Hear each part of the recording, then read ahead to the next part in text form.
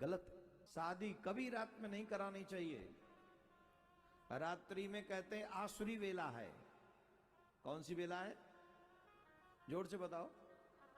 कुछ विशेष दिनों को छोड़ दिया जाए, कुछ विशेष दिन छोड़ दिए जाए। ये सभी हिंदुओं को सुनना चाहिए ध्यान से।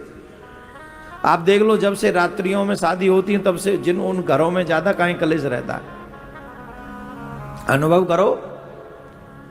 और हम तो कहते दिन में शादी करोगे तो खर्चे भी कम होंगे।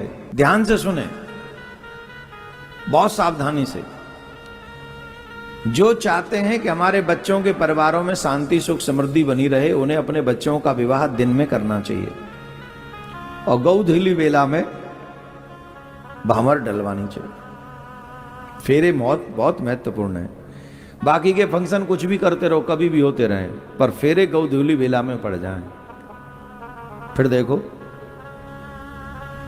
भाग्य चमकता रहेगा। परिवार 100 में से 90 परिवार चलेंगे। 10 में तो कोई राक्षसी भी हाले जाए बहु समय में तो क्या करे कोई, पर 100 में से 90 परिवार टूटेंगे नहीं, बने रहेंगे।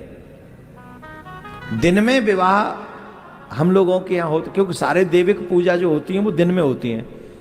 आप सत्यनारायण कथा कराते हो दिन में, आप यज्ञ करवाते हो दिन में, कथा होती है दिन में, फिर विवाह भी शुभ है, तो विवाह रात में कैसे हो सकता है?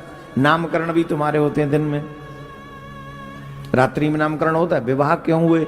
अरे जब हमारे मुगलों के आक्रांता थे ना हमारे देश में, तो उस समय जब बहन बेटियों की शादी होती थी तो वो दुष्ट लोग, राक्षस लोग थे ना, तो उठा ले जाते थे दिन में। इसलिए छुप छुप के रात में अपनी बहन बेटियों को बचाने के लिए, ऐसा मैंने थ्योरी सुना है कहीं से।